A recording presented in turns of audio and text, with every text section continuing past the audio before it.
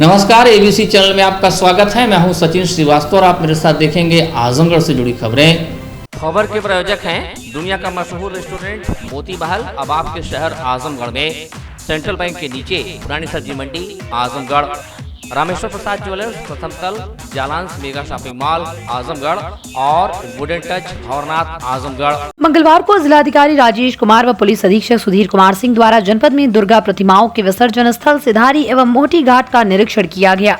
निरीक्षण के दौरान नगर पालिका एवं अन्य संबंधित विभाग के अधिकारी उपस्थित थे। जिलाधिकारी ने कहा कि सिधारी एवं मोटी घाट पारंपरिक स्थल है, वहां पर तालाब की व्यवस्था करके त्योहार के बाद मूर्ति का विसर्जन किया जाता है। उन्होंने कहा कि इसी को पुनः तालाब बनाकर सुव्यवस्थित तरीके से बनाया जाएगा। उन्होंने कहा कि पर्याप्त जगह में तालाब बनाया जाएगा। जिलाधिकारी ने कहा कि प्रकाश एवं अन्य आवश्यक व्यवस्थाएं सुनिश्चित की जाएंगी ताकि किसी भी प्रकार का व्यवधान एवं परेशानी न उत्पन्न हो। जिलाधिकारी ने कहा कि एनजीटी की गाइडलाइन के अनुसार नदी में प्रतिमा का विसर्जन नहीं किया जाएगा। उन्होंने कहा कि मूर्ति विसर्जन के लिए शहर के अलग अलग स्थानों पर तालाब बनाकर व्यवस्थाएं सुनिश्चित की जा रही हैं। उन्होंने कहा कि पूरे जनपद में लगभग 90 स्थानों पर मूर्ति विसर्जन किया जाता है। उन्होंने कहा कि सभी स्थानों पर आवश्यक व्यवस्थाएं सुनिश्चित की जा रही हैं। जिलाधिकारी ने कहा कि सभी मूर्ति विसर्जन स्थलों पर उप जिलाधिकारी एवं थाना अध्यक्षों को आवश्यक व्यवस्थाएं सुनिश्चित करने के निर्देश दे दिए गए हैं। निरीक्षण के दौरान एसडीएम सदर वागीश कुमार शुक्ला, अधिशासी अधिकारी नगर पालिका आजमगढ़ विकास कुमार सहित संबंधित अधिकारी मौजूद रहे। साहब द्वारा एसपी साहब द्वारा जॉइंटली इंस्पेक्शन किया गया। नगर पालिका की टीम भी है और बाकी जो भी इसमें जुड़े होते हैं सभी टीम है। तो ये सिधारी में पारंपरिक स्थल है जहाँ पे कि तालाब की व्यवस्था करके त्योहार के बाद मूर्ति विसर्जन स्थल चयनित किया जाता है। इसी को वापस जो गड्ढा है मतलब जो तालाब बनाने की कार्रवाई शुरू करी जा रही है और पर्याप्त स्पेस बनाया जाएगा और लाइट और प्रकाश और बाकी सब व्यवस्था की जाएगी। सुरक्षित इसको बनाया जाएगा जिससे किसी भी तरह का किसी को कोई व्यवधान होता है। सर, आजमगढ़ में महीनों भर ये चलती है परंपरा और उसको दृष्टिगत करते हुए आपने कितने घाटों चुने? देखिए, देखा जाए तो पूरे विसर्जन स्थल पूरे जनपद में अगर शहर में देखना है तो 2 हैं। एक तो यहाँ पे एक मटोरी घाट पड़ता है, वहाँ भी अभी देखने हम जा रहे हैं कप्तान साहब पर, वहाँ भी उसको चयनित करेंगे। पर पूरे जनपद में देखा जाए तो बहुत स्थल हैं, करीब 90 के आसपास स्थल है जहाँ पे विसर्जन होता है। तो उन सब पे भी सभी एसडीएम्स को, सीओ साहिबान को और थाना पे निर्देशित कर दिया गया कि स्वयं उसको देख के उसको ठीक कर लिया। नदी में जो एनजीटी की गाइडलाइंस हैं उसी के तहत नदी में विसर्जन नहीं होगा, जो भी अलग अलग जगह तालाब बना के उसमें विसर्जन किया। आजमगढ़ पहुंचे आम आदमी पार्टी के यूपी प्रभारी संजय सिंह ने प्रदेश सरकार पर जमकर हमला बोला। आजमगढ़ में फ्री बिजली को लेकर आपके प्रस्तावित सम्मेलन को ऐन मौके पर प्रशासन से अनुमति न मिलने पर संजय सिंह ने आरोप लगाया कि सरकार आपकी फ्री बिजली की घोषणा को लेकर इतना डर गई जो कार्यक्रम ही नहीं होने दे रही है। इसके अलावा तमाम घटनाओं को लेकर कहा कि मारो और मुआवजा दो इनकी नीति हो गई है। लखीमपुर खीरी पर तीखा हमला बोलते हुए कहा कि किसानों को कुचला गया लेकिन न किसानों के घर सीएम को जाने की फुर्सत मिली। मंत्री अजय मिश्रा टेनी को बचाने के लिए तमाम प्रयास किए गए। बिजली के लिए कोयले की कमी पर सरकार को घेरते हुए कहा कि अडानी को लाभ पहुंचाने के लिए ये दिखाया जा रहा है, जबकि कोयला उत्पादन में देश नंबर 2 पर है। कोल इंडिया कंपनी नंबर 1 कंपनी है। इसके अलावा कोरोना काल में भी कोयले का उत्पादन लगातार जारी था, जबकि खपत नहीं के बराबर थी। अब कोयले की कमी को दिखाकर साफ समझा जा सकता है कि अडानी को फायदा पहुंचाने के लिए हो रहा है। संजय सिंह ने कहा कि चाहे लखीमपुर खीरी में किसानों की मौत का मामला हो, व्यापारी इंद्रकांत त्रिपाठी का मामला हो या गोरखपुर के व्यापारी मनीष गुप्ता का मामला हो, सरकार तानाशाही पर उतारू है। प्रदेश में सभी राजनीतिक दलों को धरना प्रदर्शन की छूट है और आपको अनुमति नहीं मिलती। लखीमपुर खीरी में जाते समय 56 घंटे प्रशासन ने रोका था। आज आजमगढ़ में भी सभा करने की अनुमति नहीं मिली। ये वही आजमगढ़ है जहां एक रेप पीड़िता महिला न्याय के लिए 4 दिन थाने के चक्कर लगाई और अंत में न्याय न मिलने से जहर खाकर जान दे दी।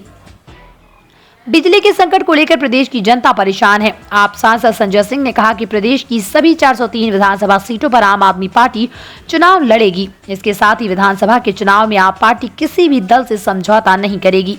सरकार पर निशाना साधते हुए कहा कि मंत्री के बेटे की गिरफ्तारी तब होती है जब इस मामले में सुप्रीम कोर्ट दखल देता है। इस सरकार में अपराधियों, बलात्कारियों व हत्यारों को खुली छूट है। यहाँ पर जो विकास, शिक्षा, बिजली पर बात करेगा उसके खिलाफ सरकार के इशारे पर पुलिस उत्पीड़नात्मक कार्रवाई कर रही है। कश्मीर में लगातार हो रही आतंकवादी गतिविधियों के सवाल पर संजय सिंह ने कहा कि जिस तरह से लगातार कश्मीर में आतंकवाद की घटनाएं बढ़ी हैं, उससे साफ जाहिर होता है कि नरेंद्र मोदी ने जिस आतंकवाद को रोकने की बात कही थी वो झूठी थी। आप सांसद संजय सिंह को आजमगढ़ में मंगलवार को जनसभा की अनुमति नहीं मिली। पार्टी का दावा है कि अनुमति होने के बावजूद कार्यक्रम पर रोक लगाई गई है, जबकि जिला प्रशासन का कहना है कि पुलिस की अनुकूल रिपोर्ट न होने से अनुमति नहीं दी गई। राज्यसभा सांसद संजय सिंह की जनसभा दोपहर में महाराजगंज थाना क्षेत्र के परशुरामपुर में तय थी। आपके जिला अध्यक्ष राजेश यादव का कहना है कि कई दिन दौड़ाने के बाद प्रशासन ने अनुमति दी, लेकिन सोमवार देर रात अचानक टेंट लगा रहे कार्यकर्ताओं को पुलिस ने रोक दिया। फ्री बिजली के बारे में बात करने के लिए आया था। आम आदमी पार्टी ने ऐलान किया है कि सरकार बनने के बाद 300 यूनिट बिजली फ्री, 24 घंटे बिजली, किसानों को बिजली मुफ्त में और सारे पुराने बकाया माफ़ किए जाएंगे। और जब से मैंने ये कार्यक्रम की घोषणा की है, आम आदमी पार्टी के आयोजन को रोकने के लिए आदित्यनाथ जी की सरकार हर भरसक कोशिश कर रही है, हर स्तर पे उतर के प्रयास कर रही है। अभी कल मैं अंबेडकर नगर में था, वहाँ पे अपने लोगों से काले झंडे दिखवाए, विरोध प्रदर्शन कराया, तिरंगे का भी अपमान किया, उसके ऊपर भी कालिक फेंक दी। आज मैं आजमगढ़ आ रहा हूँ तो पता चला कि आम आदमी पार्टी के कार्यक्रम की अनुमति नहीं है। यानी उत्तर प्रदेश में बिजली की बात करना अपराध है। भारतीय जनता पार्टी का कार्यक्रम हो सकता है, रैली सभाएं हो सकती है, जन आशीर्वाद यात्रा हो सकती है, दूसरी पार्टियों का कार्यक्रम हो सकता है, बहन जी की इतनी बड़ी लाखों की रैली हो सकती है, लेकिन आम आदमी पार्टी अगर बिजली के ऊपर बात करना चाहती है, आजमगढ़ में आके बात करना चाहती है, तो हमारे कार्यक्रम को अनुमति नहीं दी जा रही है। और अपराधियों की तरह हमारे प्रत्याशी सुनील जी के घर पे एक नोटिस लगा दी गई कि अगर आप कार्यक्रम करेंगे तो आप पे कानूनी कार्रवाई की जाएगी। ये वही आजमगढ़ है जहां पर 4 दिन तक एक महिला थाने का चक्कर लगाती रही, उसके साथ हुए दुष्कर्म बलात्कार का मुकदमा नहीं लिखा गया और मजबूर होकर उसको थाने में आत्महत्या करनी पड़ती है। हत्यारों को, बलात्कारियों को, अपराधियों को खुलेआम घूमने की छूट है, उस पर पुलिस कार्रवाई नहीं करेगी। लेकिन अगर आप फ्री बिजली की बात करने आ रहे हैं, शिक्षा की बात करने आ रहे हैं, अपने पार्टी के कार्यक्रमों की चर्चा जनता से करने के लिए आ रहे हैं, तो आपके कार्यक्रम की अनुमति नहीं है। 56 घंटे तक मुझे पुलिस हिरासत में रखा गया जब मैं लखीमपुर जा रहा था किसानों से मिलने। ये किस प्रकार का तानाशाही का राज आदित्यनाथ जी का चल रहा है, मेरी समझ से बाहर है। उत्तर प्रदेश में सभी पार्टियों को कार्यक्रम की अनुमति है, संजय सिंह कोई कार्यक्रम नहीं कर सकते। 17 मुकदमे मेरे ऊपर लगा दिया आदित्यनाथ जी ने, राष्ट्रद्रोह का मुकदमा लगा दिया, मेरे पार्टी का दफ्तर बंद करा दिया, अभी भी चैन नहीं मिल रहा। तो इसलिए मैं कहना चाहता हूं कि ये रवैया प्रशासन को, शासन को, आदित्यनाथ जी को बदलना चाहिए। यहां कोई जंगल का राज नहीं चल रहा है। बाबा साहेब डॉक्टर भीमराव अंबेडकर के संविधान से मुल्क चलेगा, किसी योगी और मोदी की तानाशाही से नहीं चलेगा। इसलिए ये कार्यक्रम की अनुमति रद्द करना ये पूर्ण रूप से एक तानाशाही है और आम आदमी पार्टी की जो सकारात्मक राजनीति है वो जनता तक न पहुंचने पाए, बिजली, पानी, शिक्षा, चिकित्सा की बात न पहुंचने पाए, इसको लेके सरकार के अंदर एक बेचैनी है जो साफ तौर पे दिखती है। बहन जी ने भी 3 मिनट हमारे बारे में बोला रैली में, आम आदमी पार्टी के कार्यक्रमों के बारे में। दरअसल परेशानी क्या है, आज उत्तर प्रदेश बिजली के संकट, बिजली की कटौती, बिजली के बढ़े दामों से उत्तर प्रदेश की जनता परेशान है। बनारस के अशोक भारती जो मोची का काम करते थे, उनको आत्महत्या करनी पड़ती है जब उनके घर पे 30,000 का बिजली का बिल आ जाता है। एटा की एक लड़की जब उसके पिता को नोटिस मिलती है बढ़े हुए बिजली के कारण, तो वो एक चिट्ठी लिख के आत्महत्या कर लेती है कि मेरा बाप अपराधी नहीं है। एक किसान अलीगढ़ का जब उसको 1.5 लाख का बिजली का बकाया मिलता है तो वो आत्महत्या कर लेता है। बिजली के कारण लोग आत्महत्या कर रहे हैं उत्तर प्रदेश में। बिजली 2,75,00,000 उपभोक्ताओं का एक बड़ा संकट और सवाल है और उस पर हम बात कर रहे हैं। इसलिए भारतीय जनता पार्टी की सरकार को परेशानी है। आज उत्तर प्रदेश में जो 2-3 घटनाएं हुई हैं उसके बारे में आपसे बात करना चाहूँगा। अजय मिश्रा टेनी का जो लड़का है, उसने किस तरीके से किसानों को रौंद के गाड़ी से कुचल के मारा, मंत्री की गाड़ियों ने किस तरह से किसानों को रौंदा, इसका वीडियो सामने आ चुका है, तमाम साक्ष्य सामने आ चुके हैं। लेकिन सुप्रीम कोर्ट की फटकार के बाद मंत्री के बेटे को गिरफ्तार किया जाता है। सुप्रीम कोर्ट की फटकार के बाद मंत्री के बेटे के खिलाफ कार्रवाई की जाती है, लेकिन अभी भी मंत्री के खिलाफ कोई कार्रवाई नहीं की गई। 3.5 साल हो गए, उनके मुकदमे की हाई कोर्ट में सुनवाई नहीं हो पा रही है। जो लोग न्याय व्यवस्था का इस तरह से माखौल और मजाक उड़ा रहे हैं, अगर वो अपने पद पर बने रहेंगे तो लखीमपुर के किसानों के साथ न्याय नहीं हो सकता। उत्तर प्रदेश में मारो और मुआवजा दो की राजनीति चल रही है। मनीष गुप्ता को मार दो, फिर मुआवजा दे दो। इंद्रकांत त्रिपाठी व्यापारी को मार दो, फिर मुआवजा दे दो। जयप्रकाश पाल बलिया के व्यक्ति को मार दो, फिर मुआवजा दे दो। संजीत यादव को मार दो, फिर मुआवजा दे दो। हाथरस कांड में दुष्कर्म करके हत्या कर दो, फिर मुआवजा दे दो। लखीमपुर में किसानों को रौंद के मार दो, पत्रकार को रौंद के मार दो, फिर मुआवजा दे दो। तो मारो और मुआवजा दो की ये जो राजनीति है बहुत ही खतरनाक है। मारो और मुआवजा दो की राजनीति नहीं, न्याय की राजनीति होनी चाहिए। अपराधी 2 चश्मे से नहीं देखे जा सकते। कोई हत्यारा है, वो मंत्री का बेटा हो या कोई आम नागरिक हो, उसके खिलाफ सीधी कार्रवाई होनी चाहिए कानून के मुताबिक। नंबर 1। नंबर 2, उत्तर प्रदेश में आम आदमी पार्टी 403 सीटों पे चुनाव लड़ने जा रही है। हमसे लोग पूछते हैं आपका वोट बैंक क्या है। मैं साफ तौर से कहना चाहता हूं, हमारा वोट बैंक कोई नहीं है। हमारा वोट बैंक 300 यूनिट बिजली फ्री चाहने वाले लोग हैं। हमारा वोट बैंक किसान के फसल का दाम चाहने वाले लोग हैं। हमारा वोट बैंक फ्री पानी, मुफ्त में अच्छी शिक्षा, विश्व स्तरीय प्राइवेट स्कूलों से बेहतरीन सरकारी स्कूलों में शिक्षा चाहने वाले लोग हैं। हमारा वोट बैंक वो नौजवान है जिनको रोजगार चाहिए। तो हम सब के लिए एक ऐसी नीति लेके आएंगे, एक ऐसा मॉडल लेके आएंगे, दिल्ली का केजरीवाल मॉडल, जिसने आज न सिर्फ हिंदुस्तान में पूरी दुनिया में नाम कमाया है। अमेरिका के राष्ट्रपति की बेटी हिंदुस्तान आती है तो वो कहती है हमें केजरीवाल का स्कूल देखना है। ये काम हमने किया है।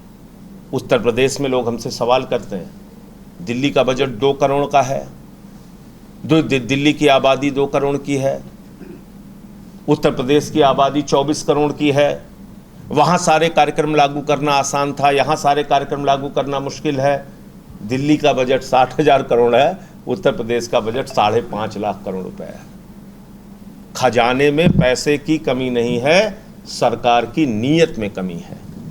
आज अगर बच्चे स्कूल में नमक रोटी खा रहे हैं तो उसके लिए जिम्मेदार है सरकार का भ्रष्टाचार।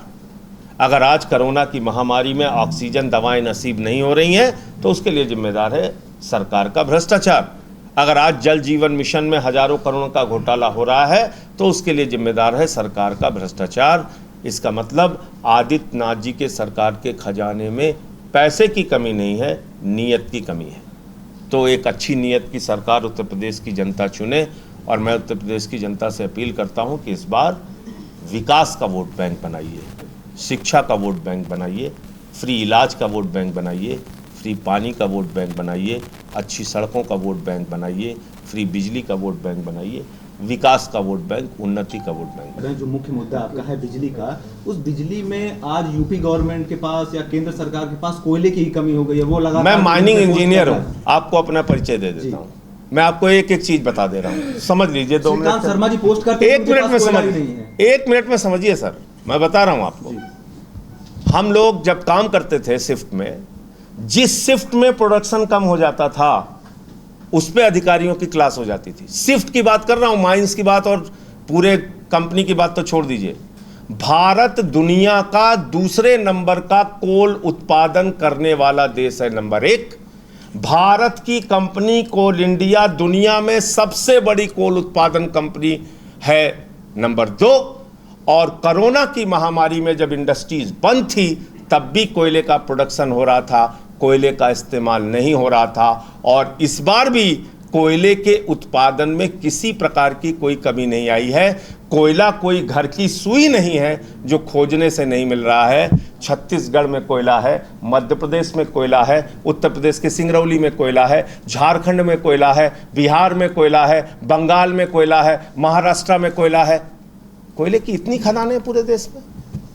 तो कोयले की जो कमी का और संकट का और स्टॉक में कमी की जो नौटंकी बताई जा रही है, ये प्रायोजित नौटंकी है। मेरा सीधा आरोप है, अपने मित्र अडानी को फायदा पहुंचाने के लिए ये प्रायोजित संकट पैदा किया गया है। ये संकट प्रायोजित किया जा रहा है, संकट नहीं है। मेरे बहुत सारे इंजीनियर दोस्त काम करते हैं कोल माइंस में, अभी का ये बात करा दूं फोन पे, उन सब ने बताया। मैंने कल पूछा सबसे, उनका भाई कोरोना में उत्पादन बंद नहीं हुआ, कोरोना के समय के कोयले का इस्तेमाल नहीं हुआ, तो स्टॉक कम कैसे हो गया?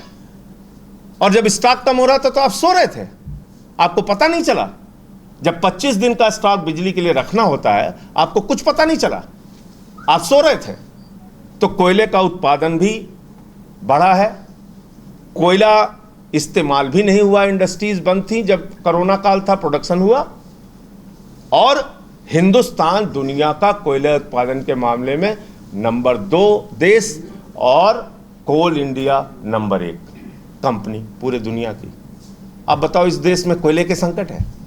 आजादी के अमृत महोत्सव के अवसर पर स्वच्छ भारत मिशन ग्रामीण के अंतर्गत स्वच्छता संवाद गोष्ठी का आयोजन मंगलवार को नेहरू हॉल में किया गया।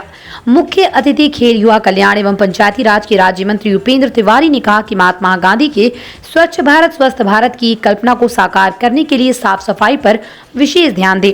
उन्होंने कहा कि पॉलीथीन को नकारें, हॉट बाजार जाते समय कपड़े के थैले का प्रयोग करें, इसके लिए लोगों को जागरूक भी करें। उन्होंने कहा कि गंदगी अनेक बीमारियों की जननी है, इसलिए अपने आसपास साफ सफाई रखें ताकि लोगों को बीमारी से बचाया जा सके। स्वच्छता रखना केवल एक व्यक्ति की नहीं बल्कि सभी की जिम्मेदारी है।